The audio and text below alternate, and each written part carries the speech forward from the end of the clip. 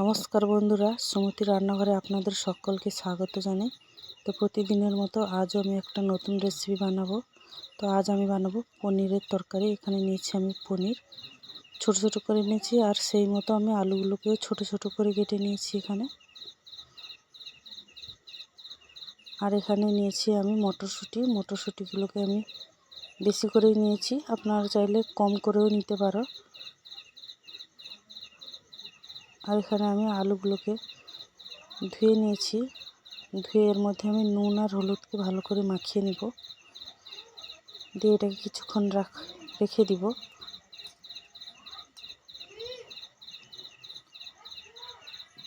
আর এখানে নিয়েছি আমি পনিরগুলোতেও আমি নুন আর হলুদ মাখিয়ে নিব।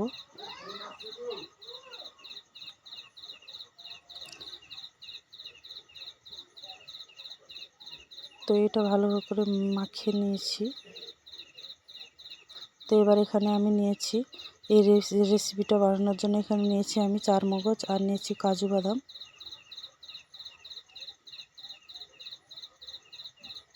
আর এখানে নিয়েছি আদা, আর নিয়েছি জিরে, আর এখানে নিয়েছি একটা টমেটো। এই টমেটোটা নিতেও পারো, নাও নিতে পারো, কিন্তু আমি এখানে নিয়েছি। আর এখানে আমি কড়াইটা বসিয়ে দিয়েছি, কড়াইটা গরম হয়ে গেছে, এর মধ্যে দিয়ে দিলাম তেল। তো তেলটা গরম হয়ে গেলে এর মধ্যে দিয়ে দেবো আমি পনিরগুলো। তো পনিরগুলো দিয়ে আমি একটু ভালোভাবে ভেজে নেব, হালকা করেই ভাজবো, বেশি লাল করে ভাজবো না। তো পনিরটা আমি হালকাই ভেজেছি। তো তার মধ্যে আমি তেল বেঁচে গেছিলো, আমি আলুগুলো দিয়ে ভালো করে ভেজে নেব।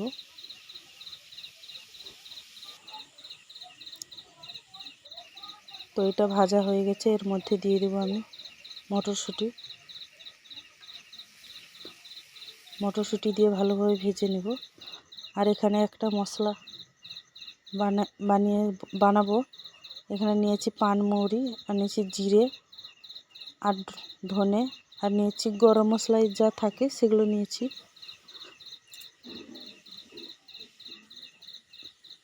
তো এটা ভাজা হয়ে গেছে, এবার এটাকে নামিয়ে নেব। তারপর এটা কড়াই বসিয়ে পরিষ্কার করে নিয়েছি, তার মধ্যে ওই গোটা মশলাগুলো দিয়ে ভেজে নেব। গুঁড়ো মশলা বানিয়ে নিয়েছি এখানে। আর এখানে আমি চার মগজগুলো বেটে নিয়েছি, আর এখানে নিয়েছি আদা জিরে বেটে নিয়েছি, আর টমেটো গ্রেট করে নিয়েছি এখানে। কড়াইটা গরম হয়ে গেছে, এর মধ্যে আবার তেল দিয়ে দিব। তার মধ্যে দিয়ে দেবো চিনি। তো চিনিটা গলিয়ে গেলে তারপর দিয়ে দেবো তেজপাতা, এরপর দেবো আদাটা ভালোভাবে নাড়াচাড়া করে নেব।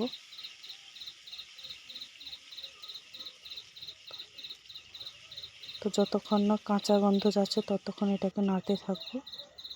তো তারপর দিয়ে দেবো আদা বাটা, জিরে বাটা দিয়ে দেবো। তারপর দিয়ে দেবো হলুদ 1 চামচ, দিয়ে দেবো লঙ্কার গুঁড়ো, আর দেবো ধনে গুঁড়ো। তো এটাকে আবারও আমি ভালোভাবে নাড়িয়ে নেব। নাড়ার পরে দিয়ে দেবো 4 মগজ আর কাজু বাদামের বাটাটা দিয়ে দেবো। দেওয়ার পরে অল্প জল দেব, ওই কাজু বাদামের বাটার জলগুলো সেগুলোই দিয়েছি আমি। তারপর দিয়ে দেবো টমেটো পেস্ট, দিয়ে আবারও কিছুক্ষণ নাড়িয়ে নেব। তারপর দিয়ে দেবো 1 চামচ লবণটা দিয়ে ভালোভাবে নাড়াচাড়া করে নেব।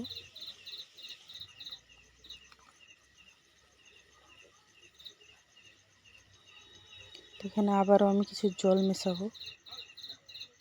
তো জলটা ফুটে এলে এর মধ্যে আমি আলু আর মটরশুঁটি ভাজাটা দিয়ে দেবো, দিয়ে ভালোভাবে নাড়াচাড়া করে নেব। তো বন্ধুরা, আমার এই ভিডিওটা আপনারা প্রথম থেকে শেষ অবধি দেখবেন, খুবই ভালো লাগবে। আর আমার এই রেসিপিটা কেমন হয়েছে অবশ্যই বলবে। তারপর দিয়ে দেবো পনির। তো পনিরটা দিয়ে ভালোভাবে নাড়িয়ে নেব। তো আবারও আমি ওই জলটা দিয়ে দিব। তো জলটা দিয়ে ভালোভাবে নাড়াচাড়া করে কিছুক্ষণ এটাকে ফুটিয়ে নেব।